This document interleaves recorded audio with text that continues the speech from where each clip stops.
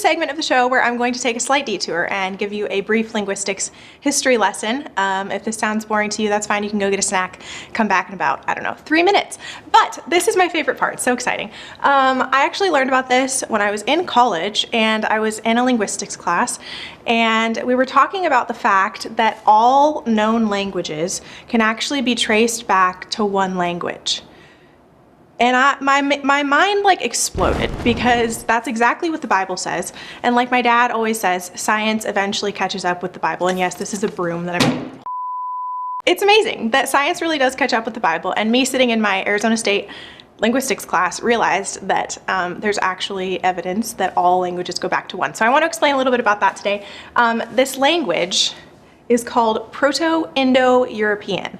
And this is actually a language that we don't know what it is, but the way that language works is that as people spread, the languages change. So even like, for example, English started in England, but when it moved to America and people started speaking English in America, it's different. We speak different English here than we did in the UK, because as people move and times change, we need new vocabulary, pronunciation changes, we say things differently. That's called language change. So this language is actually not one that we know what it is, but we know based on the fact that there's so many similarities between all of the languages and the language groups spoken in the area of like the Garden of Eden, where Abraham lived, where Moses lived, all those people that we're talking about in Genesis.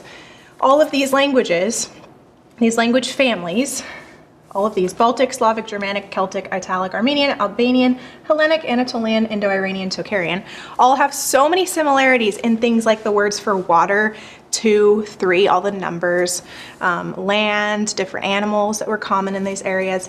They're all so similar that you look at them and you think there must be something that pulled these together. Like people didn't just randomly make up words for different things across this whole geographic area. There's things in common. And so we have this language that actually I was reading on Wikipedia. I will read from Wikipedia for you.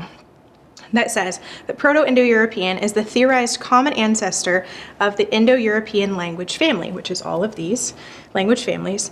And actually far more work has gone into reconstructing Pi, as they call it, which is this language, than any other proto-language, and it is the best understood of all proto-languages of its age. The majority of linguistic work during the 19th century was devoted to the reconstruction of this language, which is crazy. So like over 100 years, so much work was dedicated to figuring out what this language was. They still cannot figure out exactly what it was, but there's so many similarities that we can trace it back to this. So from this came these groups, and then from there we have all of these other languages.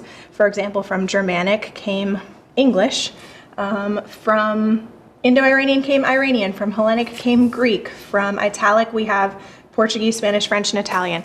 And there are over 6,912 languages that we know of today. Not all of these are being actively used, but from this one language, we can actually trace all of these other languages.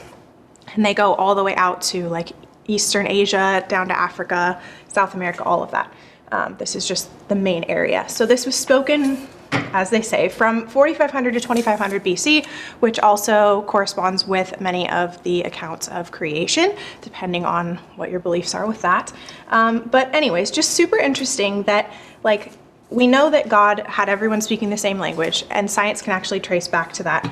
And then part number 2, dramatic flip of the whiteboard, is this map that it looks exactly like this part of the world. I did a really good job. So if you think about where humanity started, it was in this area with the Tigris, the Euphrates, and the 2 other rivers that were near the Garden of Eden.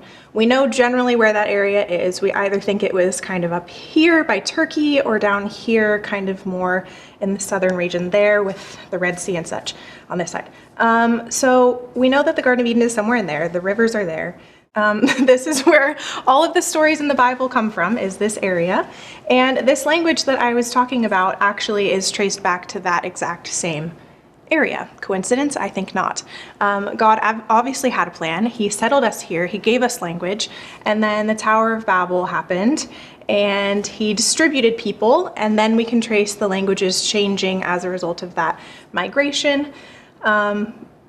But yeah, I don't know. I think it's interesting. Hopefully you learned something as well. If you'd like to do more research, there's tons of stuff on this on the internet from Christian historians and linguists and non-Christians. But this is really cool to me, that something that is near and dear to my heart, which is languages and learning languages, learning about the history of them, is actually something that lines up with the Bible. And yeah, anyways, I thought I'd just share with you. If you thought that was terrible and boring, that's totally fine. But hopefully you learned something, and enjoy the rest of the show.